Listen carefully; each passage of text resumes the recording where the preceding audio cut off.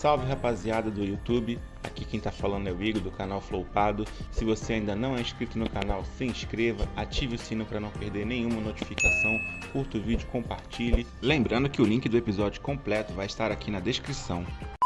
Pessoal, trazendo aqui para vocês alguns dos melhores momentos do papo com a Dandara Mello, lá no Mais Que 8 Minutos. Explica para mim, Dandara, o que é a tua síndrome exatamente? Então, eu nasci com uma síndrome rara, chamada Síndrome de Barber-Say.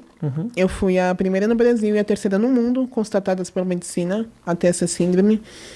E quando eu nasci era algo muito novo, né? Não tinha ninguém no Brasil. Então, tipo, eu fiquei isolada numa sala quando eu nasci, né? Porque não sabiam o que eu tinha, não sabia se era algo contagioso. Foi o meu sangue, o sangue dos meus pais foi mandado para fora do Brasil para poder ser estudado, porque no Brasil não tinha ninguém, né? Então não sabiam o que era. Foram descobrir o que eu tinha 4 meses de vida. Então, tipo, eu fiquei internada no hospital até os 4 meses. Aí começaram a me estudar, eu literalmente virei um robozinho nas mãos dos médicos, né? Porque é algo novo, né? Há 23 anos atrás não tinha tanto estudo quanto tem hoje em dia. Então, eu literalmente virei uma enciclopédia na mão deles. Até hoje, né? Até hoje, só que hoje, como tem mais estudos, como tem mais pessoas com essa síndrome, eu acho que eles esqueceram um pouquinho de mim, graças a Deus.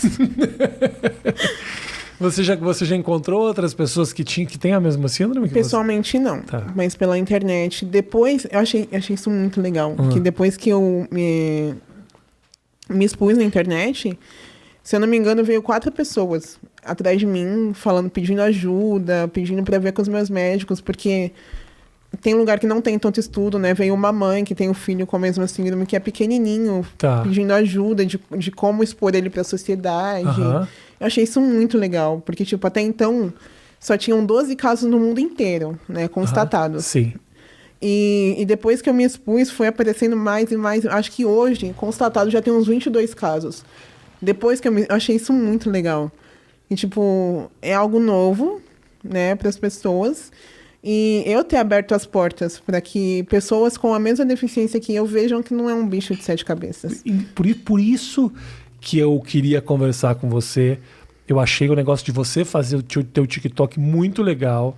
Eu te perguntei o que é a tua síndrome, mas, por exemplo, eu já estudei, eu fui ver o que era, eu fiquei curioso, eu gostei muito do conteúdo que você fazia e de colocar, cara, eu imaginava que de alguma maneira isso seria inspirador para quem te assiste. E eu achei muito legal, porque por muitas das vezes eu li muitas coisas, tipo, pessoas tentando me ofender, tentando me colocar para baixo, e eu pensava, será que a minha saúde mental vale a pena passar por essas coisas, ouvir essas coisas? Só que eu já passei por tanta coisa que se a gente for parar se eu for parar pra contar tudo que eu já passei, a gente vai ficar aqui até semana que vem. Imagina. E, tipo, não vai ser pessoas me chamando, cuca, bruxa, não vai ser isso que vai me colocar pra baixo. É claro, eu tenho 23 anos e há 23 anos eu trabalho o meu psicológico pra isso. E eu fico muito chateada com as pessoas que fazem esse tipo de bullying, esse tipo de preconceito virtual, tanto virtual quanto pessoalmente, né? Contei o caso do meu instrutor. Que assim, eu tenho o psicológico preparado, mas tem gente que não tem. Então, tipo, uma palavra pode acabar destruindo o psicológico da pessoa ao ponto dela entrar num nível de depressão ou até um possível suicídio. Então, tipo, isso me deixa muito triste. Saber que pessoas não se importam com as outras, não tem um pingo de empatia para pensar em como aquela palavra vai afetar aquela pessoa. Quando você recebeu esse contato da mãe que teve a criança, qual foi a tua dica? Então, de cara eu mandei mensagem pra minha médica. Falei, o que eu falo? Que eu mando seu contato pra ele, pra ela, que não sei o que fazer. Aí ela perguntou pra mim como expor, né? Como colocar o filho dela. Porque ela falou que tinha medo de sair com o filho dela. Não pelo filho dela ter a deficiência, mas medo da reação das pessoas. E ela falava inglês, né? Eu tive que usar o Google Tradutor, porque então inglês... não era brasileira. Não, inglês não é o meu forte. Aí fui lá no Google Tradutor, escrevi um mó textão, e no texto eu falava, tenta não se importar com a opinião dos outros, porque o diferente sempre vai chamar atenção, né? Não, a pessoa tem uma deficiência, mas se a pessoa tem um olho claro, ela chama atenção. Se a pessoa você tem uma tatuagem doida, muito, desculpa a palavra, muito foda no braço, ela chama atenção. Obrigado. Então, tipo, o diferente, ele chama atenção. Então, se a gente fosse importar com a opinião dos outros, a gente não vive. A gente não vive a nossa vida. A gente só fica parado no lugar, enquanto as pessoas começam a atacar pedra, você só se afunda mais. Então, não tem por que se importar com a opinião dos outros. Eu já passei coisa até dentro da minha casa. Já escutei coisas de pessoas da minha família. Que hoje em dia eu paro e penso, nossa, se eu tivesse escutado, eu tava no fundo do poço. Porque, assim, você escutar coisas de pessoas de fora é uma coisa. Agora, você escutar coisas de pessoas que é do seu cotidiano... Você imagina, claro. Claro. Tenso. É tenso. Tava vendo teu perfil, você dança pra caramba. Tô vendo que você também tá um pouco no Instagram, mas o TikTok é o teu negócio, Sim, Cauana? o TikTok é o principal. Tá. Da onde surgiu a tua ideia de ter uma participação nas redes sociais? Então, surgiu mais no início da pandemia, né? Tá. Porque eu fazia faculdade na época e eu tava em época de estágio. Só que com a pandemia, o meu estágio eu fiz meio que um estágio online, né? Tá. Então eu tinha que ficar em casa trancada, não podia sair. Eu sempre fui muito de sair, sempre fui muito de curtir o final de semana. E não podia fazer nada. Eu moro sozinha. Tá. Então eu falei, ou eu arrumo alguma coisa pra distrair a minha cabeça, ou eu vou ficar maluca. Entendi. Então, na verdade, foi minha prima que me apresentou o TikTok. Né? Ela começou, falou, começa a ver os vídeos, ou tenta fazer algum. E chegou um dia que eu falei, vou tentar fazer. E foi do nada. Não me programei, não criei nada. Simplesmente peguei um áudio, dublei e postei. Não achei que ia repercutir. E, tipo, eu postei de madrugada. Eu tinha acabado de tomar umas. Aí eu falei, vai ficar aí. Legal. E quando eu acordei no dia seguinte, tinha viralizado, eu fiquei... Viralizado o primeiro? Eu fiquei, o quê? Você tá de sacanagem que o primeiro... Para aí que eu vou entrar no teu perfil aqui. Tá bem lá no final. Tá bem no final. Eu acho que tem uns 500 vídeos aí. Como é que é o teu perfil? Para aí, deixa eu entrar aqui de novo, que eu vou olhar com calma. É Dandara Melo 22. Dandara, você vai de Dandara. Eu prefiro Dandara. Você prefere que te chame de Dandara também? Não, pra mim tanto faz. Aqui eu gosto mais do nome Dandara. Você tem quase 500 mil pessoas te seguindo aqui. Nossa senhora.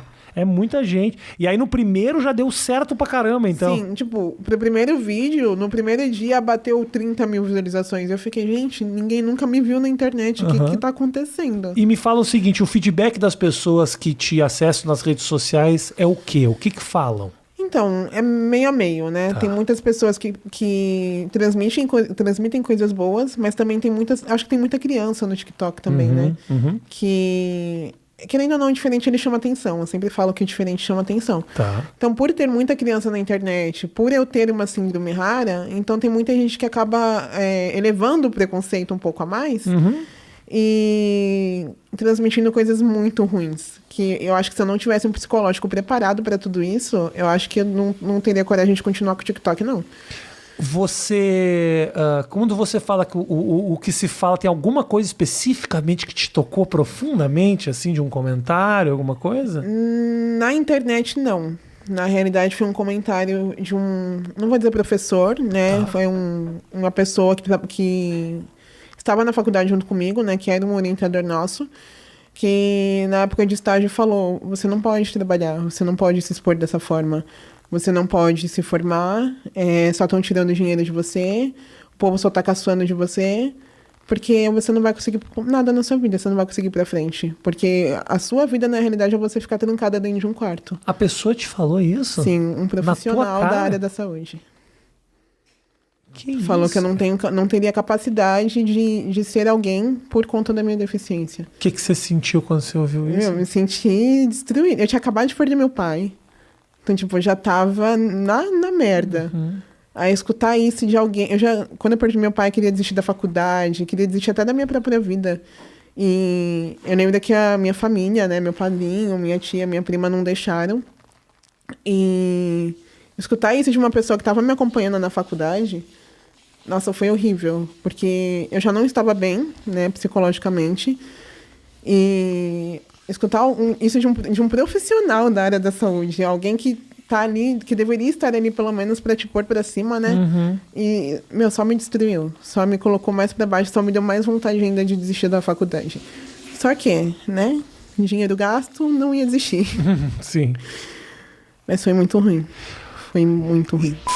Como os teus pais lidaram com isso? Então... Porque, além do mais, naquele momento que não se tinha informação nenhuma, não tinha um outro exemplo, não tinha como mandar uma mensagem no Facebook de ninguém. Então, eu vou contar o que eles me contam, né? Tá. O que eles me contaram, porque eu não lembro de nada. Claro. Mas o meu pai falava que nos ultrassons que a minha mãe fazia não mostrava nada, né? Mostrava que eu era normal.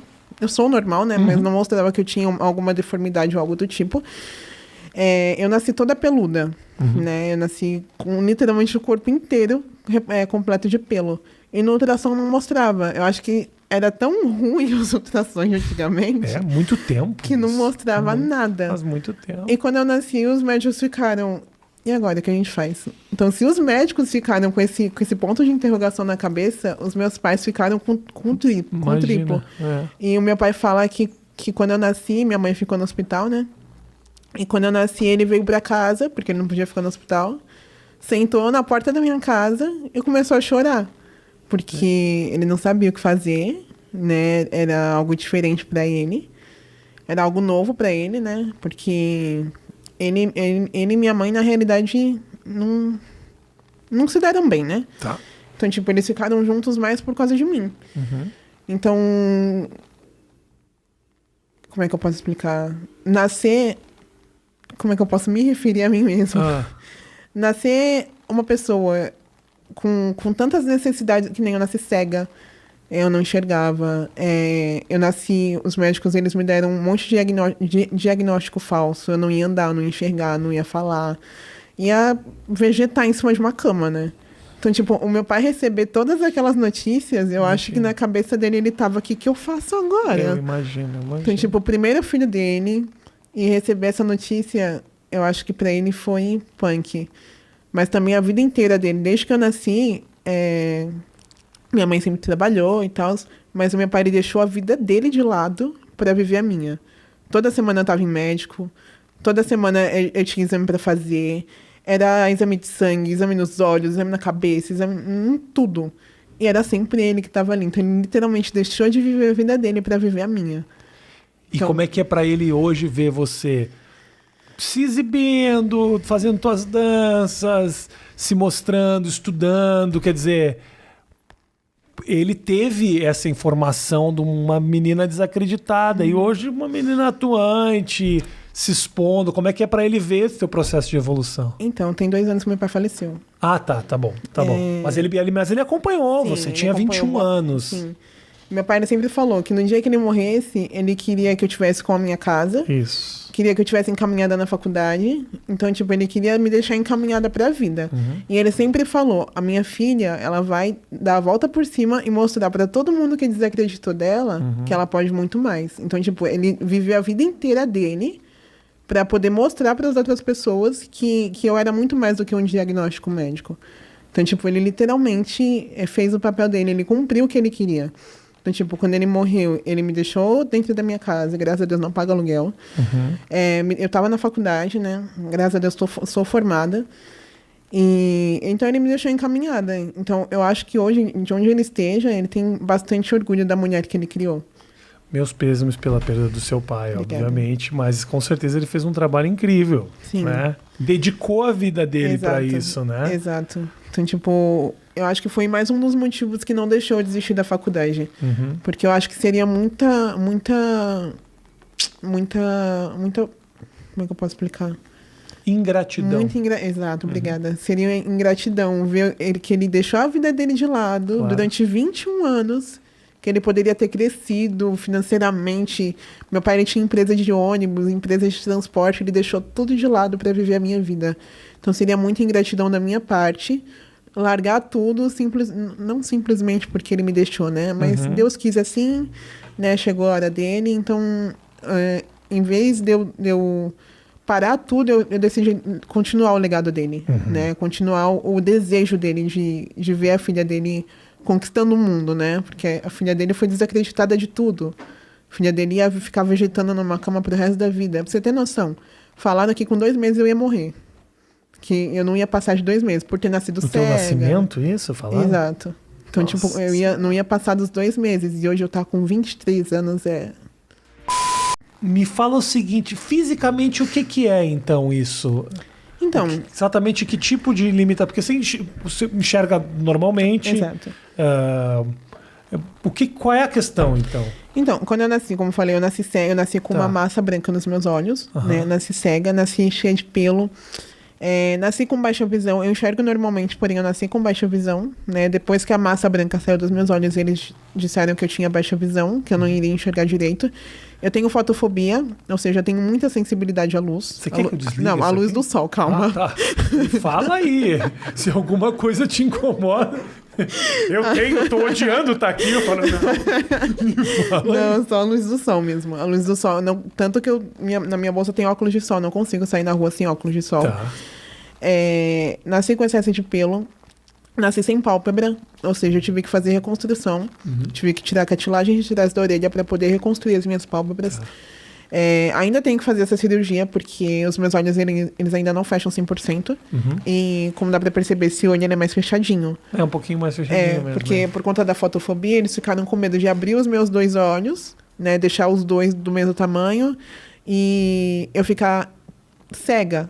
Tá. Então, tipo, eles ficaram com medo de abrir os 2 e os meus 2 olhos não aguentarem a claridade. Perfeito. Então, o que eles falaram? Vamos abrir só um? Que se der bosta, tem o outro. Ótimo. Não é uma decisão inteligente. Não, graças a Deus, não deu bosta nenhuma, né? Mas mais pra frente eu vou abrir esse olho pra Tá. poder ficar um pouco mais parecido com o outro, né? Porque, ao meu ver, pelo menos é só o que tem de diferente no meu rosto. O que. E é hereditário isso? Isso foi herdado Sim. geneticamente? É genético, é uma síndrome genética. Então, o gene da minha síndrome tá no sangue da minha mãe. Ou seja, alguém, não minha avó, minha tataravó, mas alguém lá no passado, na família da minha mãe, teve essa síndrome. Então você só imagina, se eu, há 23 anos atrás, eles não tinham recursos Sim. no Brasil para poder tratar uma pessoa com essa síndrome, você só imagina lá há 100 anos atrás. Né? Não tinha recurso nenhum, então sabe lá Deus o que fizeram com a pessoa. Te incomoda falar sobre isso? Não, hoje não me Tá lá. incomoda mais. Eu tô te me- fazendo essas perguntas e pensando, puxa, ela já respondeu isso tantas vezes, eu Não, fico meio. eu acho Eu muito legal. titubei um pouco de perguntar, que eu falo, poxa, mas Não, vou perguntar imagina. quantas vezes a Cauana já não falou desse assunto. Eu acho muito legal eu gerar essa curiosidade nas pessoas.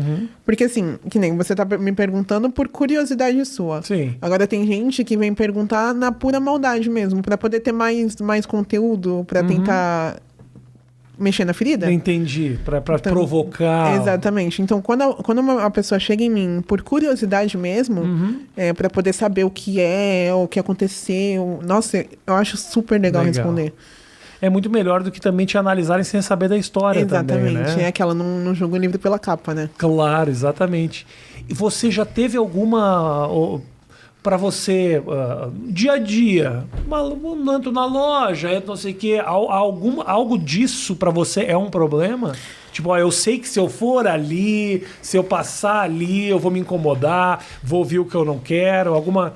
Então, é que nem eu te falei, hoje em dia isso não me incomoda mais. Mas até hoje, se eu entro dentro de um ônibus, os olhares vão pra mim. Se eu entro dentro de uma loja sem óculos, né, que eu vivo de óculos, as pessoas ficam encarando, porque, querendo ou não, o diferente, ele chama atenção. Claro. Mas as pessoas, elas olham com um olhar de desprezo, ou olhar de dó, tipo, ai, tadinha.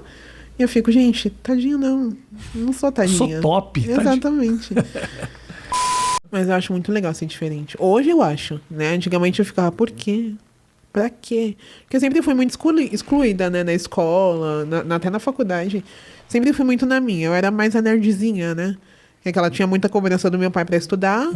Era excluída na escola, então era nerd. Mas você sente que você era excluída por causa da síndrome? Por Sim. causa do visual? Sim. Eu sempre fui muito sozinha, né? Filha única também. Os médicos proibiram os meus pais de ter filhos.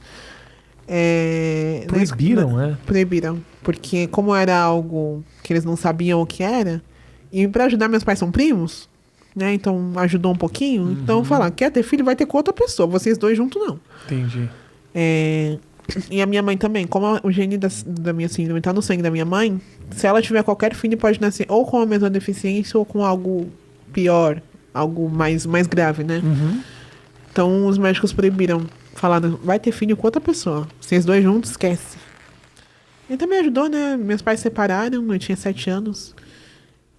Minha mãe foi embora de casa, acho que eu tinha 12. A sua mãe, e aí você não tem contato mais com ela? Tenho, Tem? a gente conversa. Só que minha mãe casou, ela tem a vida dela, eu tenho a minha, né? Teve filho, ela? Ela engravidou, porém a gestação não foi pra frente. Tá. Eu acho que foi... Não vou dizer que foi bom, mas... Foi melhor. Foi melhor. Porque, que nem o meu pai, ele segurou a mão da minha mãe e falou, vamos segurar esse rojão juntos, né? Porque era algo diferente pros dois. Hoje eu não sei se a minha mãe teria essa maturidade de enfrentar. Tudo bem que ela tem o marido dela, mas eu não sei se ela enfrentaria isso tudo de novo, E sabe? teu pai que era a âncora forte ali, né? Minha mãe, ela tava ali junto, mas eram, né? Os dois juntos. Acho que um sozinho não ia dar certo, eram os dois juntos. Mais que a relação dos dois não deu certo, né? Mas eram os dois juntos. Pra médico, essas coisas, foi sempre meu pai. Meu pai sempre me acompanhou em tudo. Minha mãe, ela sempre trabalhou, né? Pra reunião de escola. Pra tudo foi meu pai. Mas eu acho que pra minha mãe aguentar olhares ou algo do tipo, meu pai ajudou bastante. Então não sei se ela teria essa âncora, né, hoje pra aturar tudo de novo. Até Claro. porque minha mãe tinha 27 anos na época, hoje ela tem 52. Então, nem é pra essa idade de ter filho, né? Já passou da idade. Hoje em dia os caras fazem milagre aí. Não. Já passou da idade, não quero irmão, não. E você pensa em ter? Penso. Assim, a parte bom de namorar mulher que não precisa nascer de mim. Olha, querida, eu vou te confessar que eu tenho tanto medo disso que às vezes até me dá vontade de namorar homem. Só pra não ter filho. Só pra fugir do problema. Eu tenho um filho. Inclusive tá jogando videogame. Enquanto a gente tá conversando, tá lá dentro jogando videogame. É legal pra caramba ter filho. Eu vi ele no seu stories. Meu filho, Tomzão. Grandão, inclusive. Ele é. Eu tenho muita vontade de ter filho. Tá. Só que assim, quando eu era mais nova, eu falava, não, eu vou engravidar, que não sei o quê. Na época eu achava que eu era hétero, né? Eu falei, não, vou encontrar um homem da minha vida, vou ter filho, vou construir minha família. Aí eu descobri sapatão, eu falei, não. De duas uma, ou a mulher engravida ou eu faço inseminação. Isso. É uma decisão consciente. Acidente não vai acontecer. Exatamente, né? Que até onde eu sei, dedo não engravida. Ainda não, né? O pessoal tá evoluindo, mas vai saber, Eu né? espero que não chegue a esse ponto, né? Não, eu tô lascada. Isso. Mas eu tenho muito medo, porque o gene tá na minha, assim... O gene da minha síndrome está no meu sangue, né? Então, se a minha mãe, que nasceu sem nada, tem a possibilidade dela ter outro filho com essa síndrome, imagina eu que o gene é meu, né? Que eu sou o próprio gene. Então, assim, eu não sei, não quero que o meu filho passe o que eu passo, né? Não sei se... Cada pessoa é uma pessoa. Não sei se meu filho teria a estrutura mental que eu tenho pra poder aturar tudo que eu tenho. Por mais que eu estivesse ali do lado dele, ajudando ele, falando, não, a mãe tá aqui com você, eu não sei se ele teria a estrutura que eu tenho. Então, pelo bem da saúde mental do meu filho, eu prefiro não ter, pra não correr esse risco. Tem a possibilidade? Tem. Não tem a possibilidade? Também não tem. Eu tenho 50% de chance de ter e 50% de chance de não ter. Sim. Mas, pelo sim, pelo não, né? Deixa o meu filho crescer sem passar pelo que eu passei, Claro. né? Então, prefiro de duas uma, ou adotar ou que a minha companheira tenha um filho. E vocês já conversaram sobre esse Já. assunto? Já é um... Já. Porque tanto é um desejo meu quanto dela, né? Mesmo se a gente mais pra frente não estiver juntas, é um desejo meu. Então, posso contratar a barriga de aluguel, posso adotar. Por mais que eu e ela, né, tô com ela hoje, por mais que amanhã a gente não esteja juntas, eu tenho o sonho de construir uma família. Então, mesmo que amanhã ou depois eu não esteja com ela, o meu sonho vai continuar. Eu vou querer construir a minha família de qualquer forma. Perfeito. Mas nascendo de mim, não pelo fato de eu ter medo do meu filho passar o que eu passo. Eu entendo perfeitamente também. Pode ser que esteja gente assistindo isso pensando, poxa, mas se ela enfrentou essa questão com tanta força, por que ela pode não querer ter um filho com a mesma síndrome? Mas eu entendo, você sabe, você sabe o que você viveu. Eu não teria problema de ter um filho com a mesma síndrome. Porém, eu falo isso de ter medo de ter... Desculpa. Não tem problema. Por medo dele passar o que eu passo. Por medo dele enfrentar o que eu já enfrentei, dele escutar o que eu já escutei. O que eu já escutei eu não desejo pra ninguém. Principalmente pro meu filho. Então, é pelo bem da saúde mental do meu filho mesmo. Né? Você imagina, então, Porra, quanto teu pai segurou, quanta onda de você chegar em casa triste, de ter ouvido, e ele tentando evitar que você vivesse essas experiências. Nossa, eu chegava em casa quando era criança, quando eu entrei no ensino fundamental 1, né? Primeira, segunda série. Chegar em casa chorando, falando, pai, eu não quero mais ir pra escola. Eu não quero mais, aconteceu isso, isso e isso. Ele falando, você vai. Mas, pai, eu não quero. Você vai, pai, você vai, cala a boca e vai. Então, tipo, ele foi a minha âncora, né? Eu digo que eu sou a mulher que eu sou hoje graças a ele. Porque às vezes que eu já pensei em desistir, às vezes que eu já tentei contra a minha própria vida, se não fosse ele, eu não estaria mais aqui. Então você chegou a realmente tomar uma atitude, Sim, assim? O que foi? Você... Já me cortei, já tomei remédio. Porque nem quando eu era mais nova, eu olhava e pensava, por que eu? Sabe, tanta gente no mundo, por que logo eu? Eu só quero ser normal, eu queria ser normal. E eu falava, eu não quero mais passar pelo que eu passo. Eu não quero enfrentar, dar a cara pra bater por essa sociedade que não vale R$1. Né? Essas pessoas que não valem nada. Então não quero mais passar por isso e vou acabar com isso. Deu certo? Não deu certo. Mas tentei. Ainda bem que não deu certo. Ainda bem. Ainda né? bem. E ainda bem também, eu fico pensando muito na batalha toda do teu pai para te permitir estar de pé. Né? Exato. Eu acho que se eu tivesse conseguido concluir o ato, uma que seria uma decepção muito forte para ele, e outra que acho que de onde eu estivesse eu olhar e falar que merda que eu fiz. Então, tipo, acho que foi muito melhor eu não ter conseguido fazer, né? Tentei, mas foi melhor eu não ter conseguido. Então é isso, pessoal. Se quiser continuar vendo esse papo aí, é só ir lá no podcast do Rafinha, mais que 8 minutos. O link vai estar aí na descrição. Bom, pessoal, então é isso aí. Espero que vocês tenham gostado. Até o próximo vídeo. Valeu!